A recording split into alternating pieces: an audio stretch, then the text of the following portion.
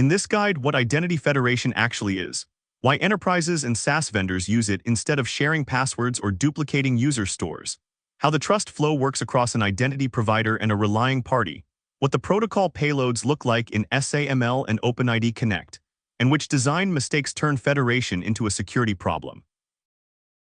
Identity Expert, powering you to be an expert in identity. Identity federation is the reason a user can click a tile in one company portal and land inside another company's application already signed in. The two systems do not share a password database. They share trust. One side authenticates the user, packages that result into a signed assertion or token, and the other side verifies the signature and accepts the identity. That is the core pattern whether you're looking at SAML, OpenID Connect, higher education federations, government identity schemes, or enterprise B2B SaaS. Think of identity federation like crossing a national border with a passport. The hotel you stayed at last night does not call the next country to tell them who you are. Instead, you present a document issued by an authority the border officer already recognizes. The border officer does not know you personally. They know how to verify the issuer, the signature, the expiry, and the audience for that proof. Federation works the same way. The application trusts the identity proof because it trusts the authority that signed it.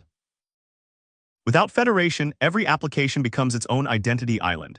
Each SaaS tool stores separate credentials, each partner integration requires a local account, and each merger or cross-organization workflow turns into manual provisioning and password reset chaos.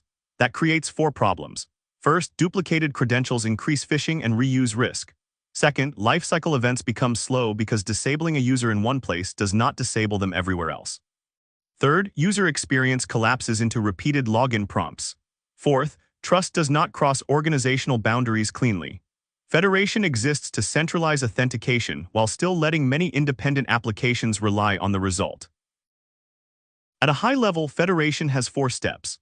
Step 1, the user reaches a relying party, sometimes called a service provider in SAML.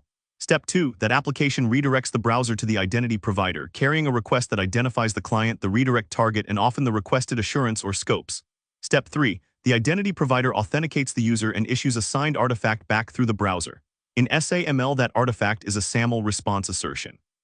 In OpenID Connect, it is typically an authorization code that leads to an ID token and access token.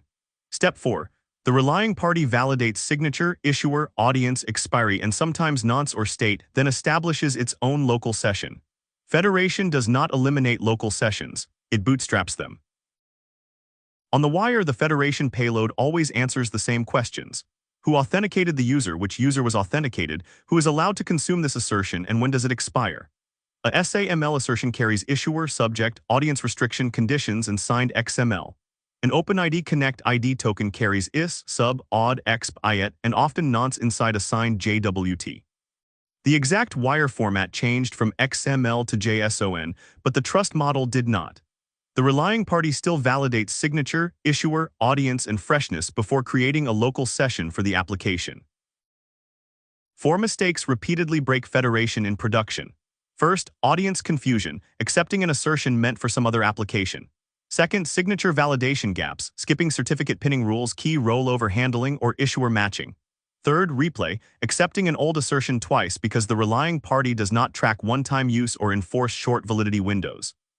Fourth, account linking mistakes, trusting email alone across organizations and unintentionally merging the wrong identities. Federation is not just redirect plumbing.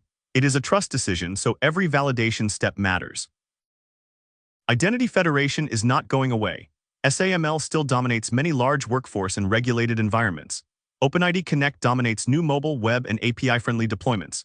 OpenID Federation adds a higher-order trust framework for ecosystems with many issuers and relying parties. Meanwhile, CIAM, B2B SaaS, and government wallet ecosystems all keep pushing federation into more consumer-facing flows. The direction is clear.